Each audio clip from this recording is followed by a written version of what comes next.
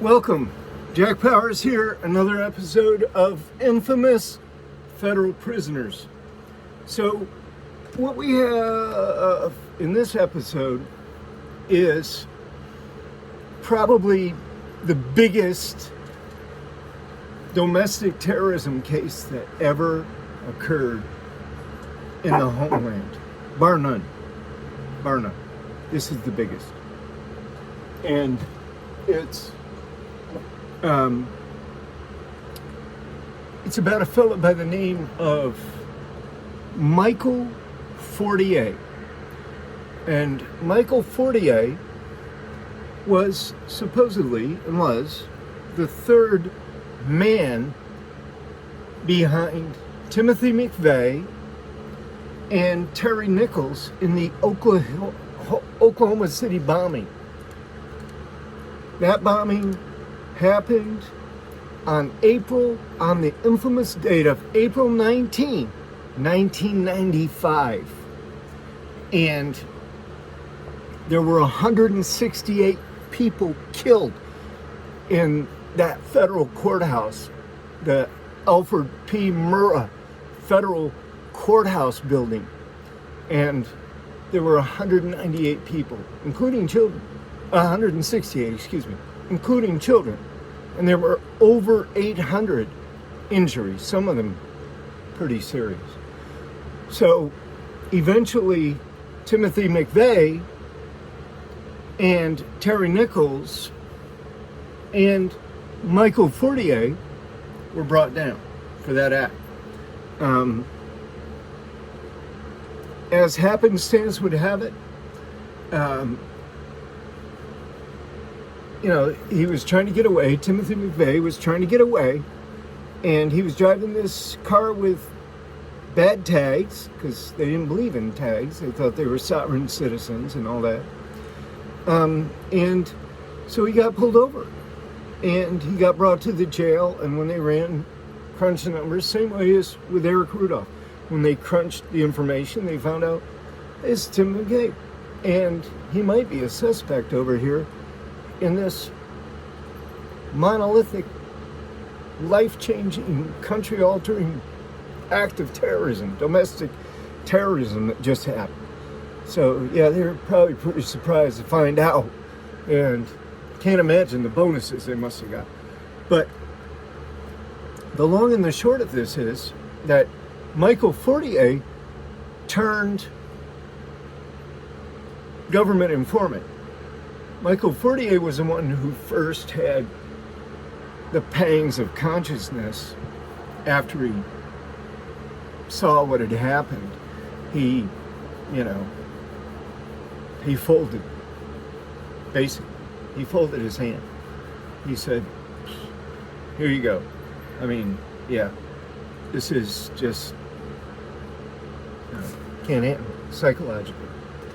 Kind of like Mark Putnam, the FBI agent who was in the Cart Lockhart episode. After he killed Shelby Smith, he just figured, can't live with this. I gotta tell somebody. I gotta come clean. And I don't think that's a bad thing.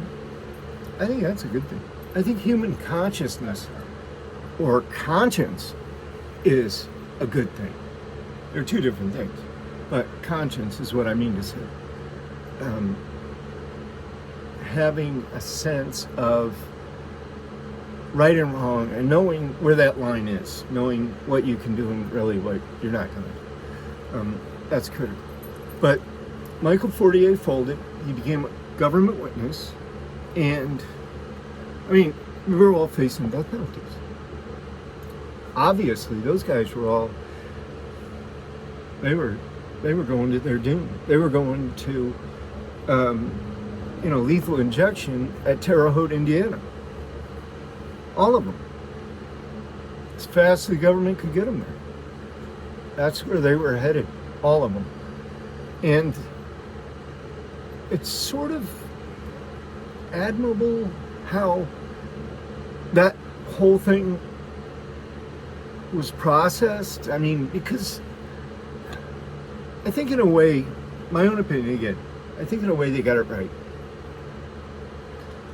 After all the trials, all the hearings, all the verdicts and special findings, and I think Timothy McVeigh definitely deserved the death penalty. I'm not against death penalty, because if it makes sense, on a level other than just retribution or revenge or some kind of eye for eye type thing, if it just makes sense, because honestly, would I rather be doing a life sentence without parole in a solitary confinement cell at the ADX, or would I rather be just go down, sit on death row at Terre Haute for maybe a year, couple years, watch TV, write letters, eat snacks, go out and exercise, and then come in one day and go down the hall and lay down and get strapped to a gurney and have some intravenous needles put in your veins and, go through the little procedure and boom, be out of there. That's what happened to Timothy McVeigh. He got the death penalty. They put a red carpet down to that chamber, to that moment, and got him down that carpet relatively quickly. Terry Nichols is still at the ADX to this day. Terry Nichols was McVeigh was definitely the ringleader and the boss and all that, shot caller in that little group, the main ideological motivator, I guess. The other guys were kind of just like dudes go around looking, wandering, thinking, wondering. They hear something that sounds good at the moment, sounds right, it's said with passion, all of a sudden, boom, I'm in. But these were guys who knew each other too. They knew each other from the military. They were all in the military, different branches, a couple of them, but they were all military dudes, ex-military. So they wanted to do something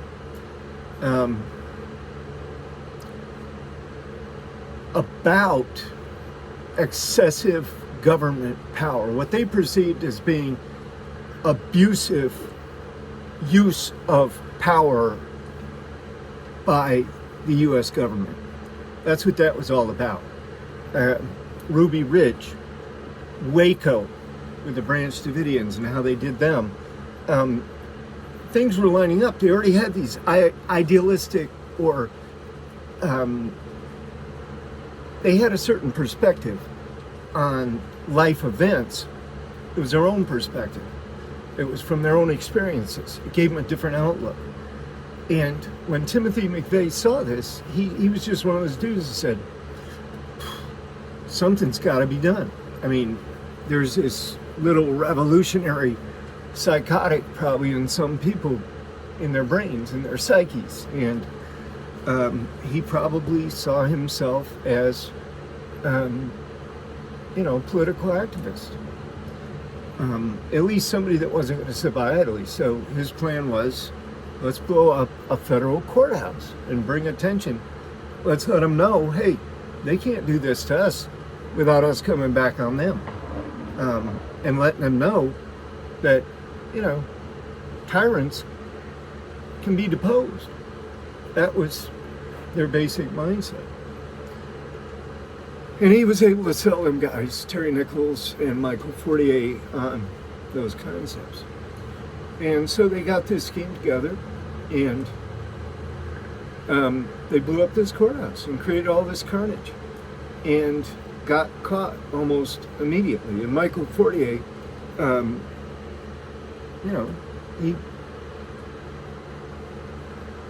went with his conscience and did what he felt he had to do for him at that point, and jumped ship, folded his hand, and worked with the government to go ahead and do the right thing. And it was the right thing.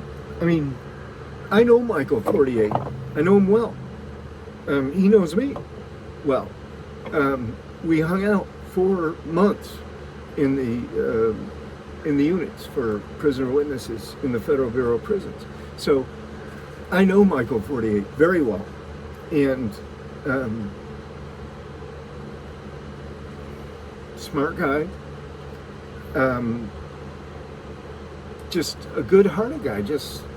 He just got caught up and got on the wings of this thing, and was manipulated into supplying, into doing certain things. I think he was like selling stolen weapons and even maybe some explosives, and then funneling the money back to them so that they could, buy the ammonium nitrate and whatever else they needed to build the bomb and so forth.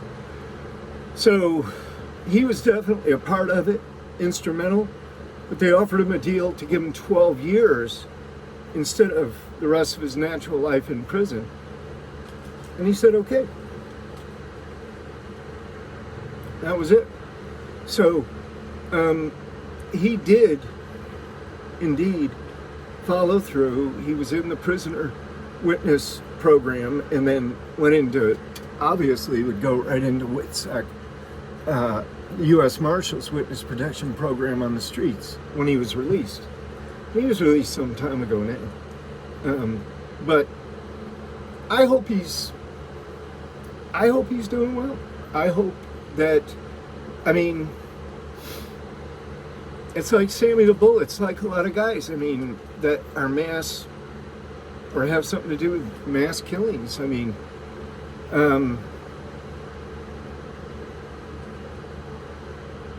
It's just this, you're between a rock and a hard place. With your conscience. You gotta be. And it can't be an easy thing to deal with, to be in that place mentally where you really, really, really understand and regret now what you did, but at the same time you understand and know that it was you that did it, and you take that on yourself. So these are all things that I think are fairly important matters to think about and discuss. Terry Nichols, he's got a natural life sentence. He's out at ADX. He's not a bad guy. I've never met him like face to face personally, because he's always been in a different unit than I was in. But I know guys that know him and have been around him, and everybody says the same thing. He's a pretty good dude. He's intellectual dude. I think he's has genuine remorse. But there comes a point where, and they didn't give him the death penalty. They wanted to. They wanted to kill him too. But in the end, that's why I say everything was measured. And it came out just about right on that, in my view. Because, he wanted to live. He didn't want to die. He wanted to live. Even if it was life at the ADX, his choice, right? At least up front. Later on, he might change his mind and say, well, I wish I could go back and do it all over, or, because most guys, in his mental category, I don't see him, let me put it this way, I don't see Terry Nichols committing suicide. I see him just living out his days as peacefully as he can. ADX or some other, semi-lockdown unit somewhere in the Bureau of Prisons. He's not going to get out, and he knows that. And he just wants to exist for the rest of his days the best, most peaceful way he can. And he regrets what he did. I believe that. McVeigh was a different story, because Timothy McVeigh was hardcore. There's another backstory to this because of Michael Fortier and some of the things he said and what happened to me later on, because later on I got booted from the prisoner witness program because I escaped. So they gave me the boot, and I ended up going back into the penitentiary system where, now though I had all of this other knowledge and information from those guys who were in the prisoner witness program and who had done little dirty deeds here and there to help the prosecution get convictions. And so I did at one point get a hold of, it wasn't for any It wasn't for any bad reason, but at one point I did get a hold of Nichols' lawyers, or they got a hold of me, one of the two, and we had a conversation. They came down to USP Lewisburg to talk to me, and I went out, met with them, and we had a conversation. And I ended up subsequently sending a letter to Timothy McVeigh through them, and through them to McVeigh's lawyers and on to McVeigh at Terre Haute. And what I ended up asking Tim McVeigh was to go ahead and think about just issuing an apology for the kids. I told him straight up. I said, your most recent appeal, because he had filed an emergency appeal with the 10th Circuit, I said, forget it. Forget it. You know as well as I do. You're done. You're finished. It's over. They're not going to turn this around. There's no way possible. I told him straight out, no way possible. Don't even get your hopes up. But at the same time, I said, you could do these families some kind of justice, maybe a little bit, if you said something about feeling some kind of remorse for having taken the lives of the children that were there in the daycare center or centers. There were a few children that died as a result of that bombing. And he did that. He actually did that. Just before they put him to death, he issued a statement saying that he regretted that children were involved in that bombing. He reiterated that he didn't regret the bombing itself or the reasons for it, but he did regret that children were killed. So that was the last, because they, obviously put him to death. That was the last for him. And then, a lot of weight fell back on Nichols. And obviously, he was the number 2 man. He was right there. He facilitated the whole operation. So what can you say? What can you say? It's just this, people. Here's where I come down. Resorting to violence like that in order to make a statement, in order to get a point across, in order to further some political ideology that you may be harboring in the back of your mind or in the front of your mind, doesn't work. It doesn't. Nothing good ever really comes from it. Now, there's an argument. I know. Oh no, sometimes you need to resort to violence. Let them know that you're not. Well, I don't think I agree with that.